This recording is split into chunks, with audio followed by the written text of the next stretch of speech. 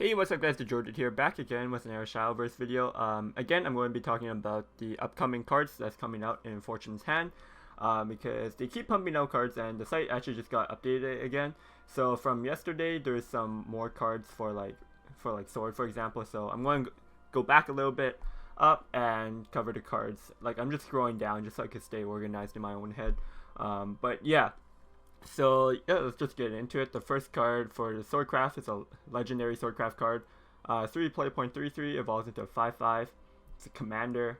Fanfare enhanced 7, transform this follower into a 7. Oluan runaway chariot. Goes from the chariot to runaway chariot. Okay. At the end of your turn, randomly activate one of the following effects. Gain ward, summon a knight, deal 2 damage to the enemy leader. At the end of your turn, randomly activate one of the following effects. It's the same effects.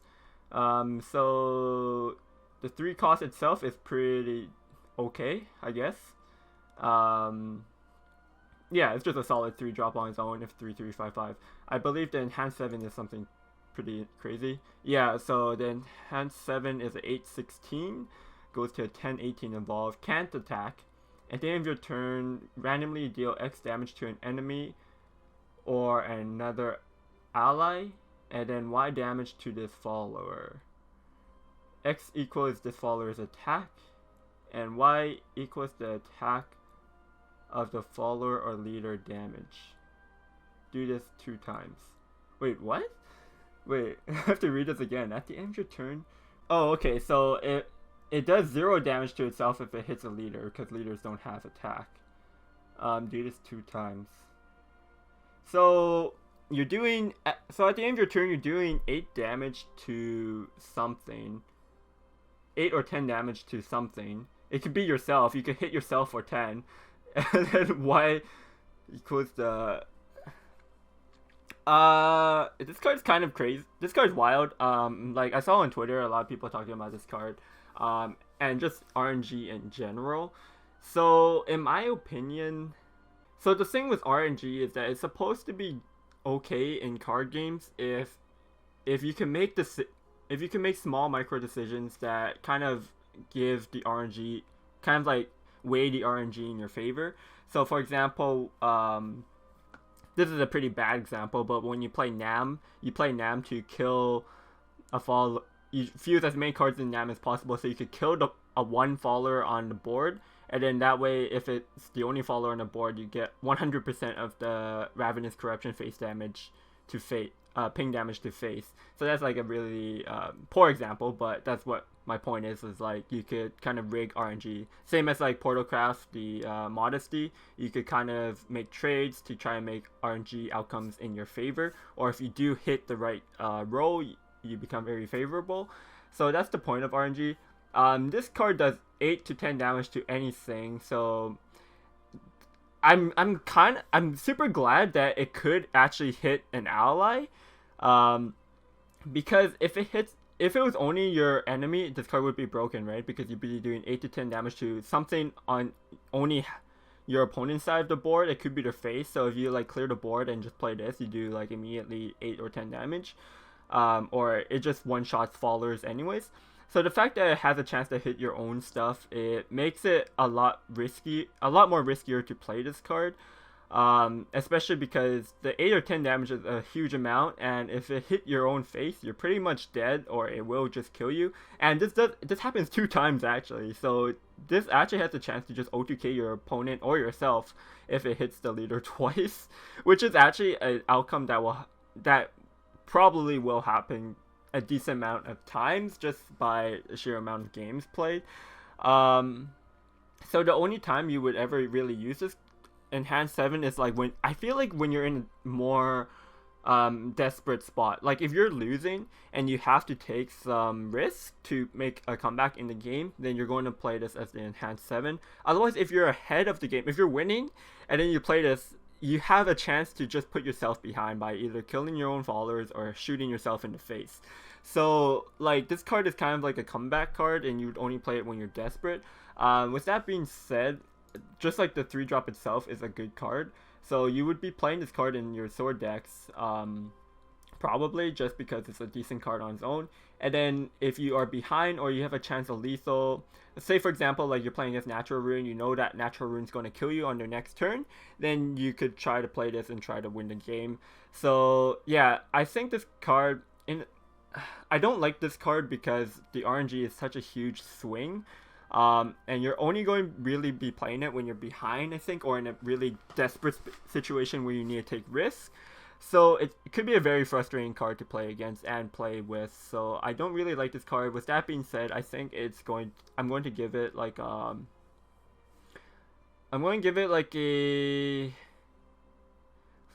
3.5 out of 5 because I think this card will be played in some decks. Like if there's more token support, kind of with like the Prudent General, which gives tokens. This also could summon a knight sometimes, but it's super random a lot of times. So I think 3.5 is fine because 3.5 is fine because this card I think will be played sometimes. But yeah, I really hate how you're going to win or lose games because someone's going to be playing this. Someone's going to be playing this and going to make you upset when they hit you in the face for 16 or something.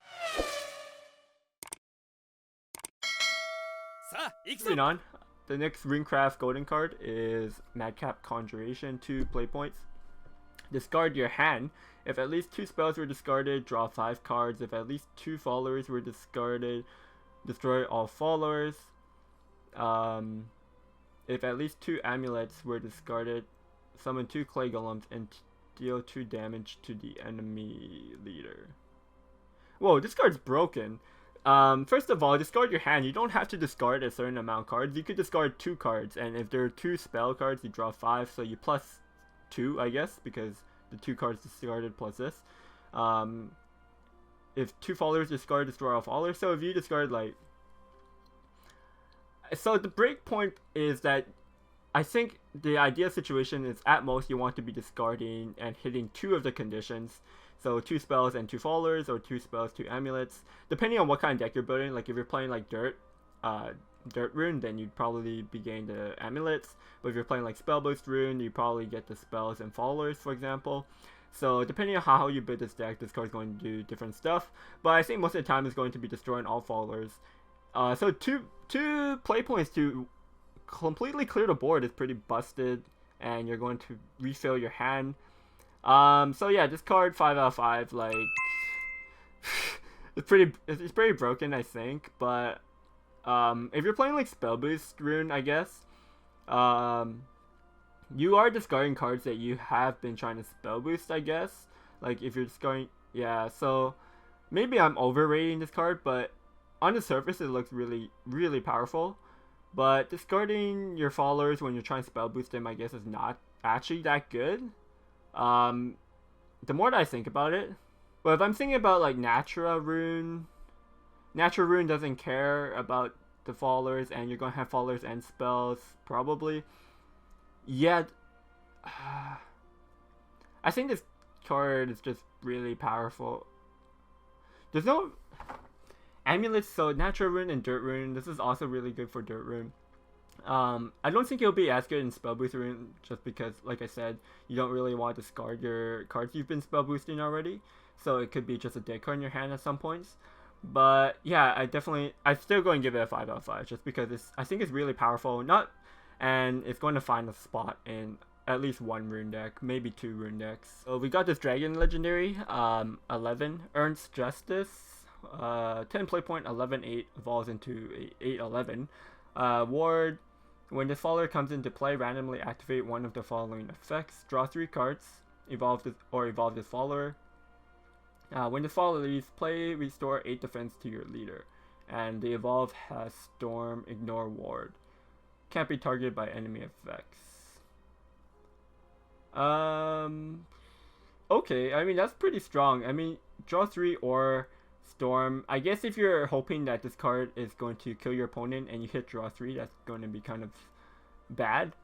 And 10 play points, like, unless you could reduce the cost of it. I don't know, this is... again, this is something like... It's an RNG card, and... in the situations where you really need to hit, I think a lot of times you're going to want to hit Evolve this follower, because by this time you probably won't have any evil points left. And yeah, so a lot of times you probably want to hit Evolve this follower so it can storm and ignore wards really strong. So if you just hit draw 3 cards, that could be really annoying because this is going to cost you your entire turn. But otherwise, like ramping up into this card and you play it by like maybe turn 7 or something, and then you play it, it draws 3 cards, or Evolve the Follower, both is going to be strong effects. I'm going to give this card like a 4 out of 5 just because I think it is a very strong card, especially in Dragon, and if Dragon has even more ramp, then maybe it'd be good.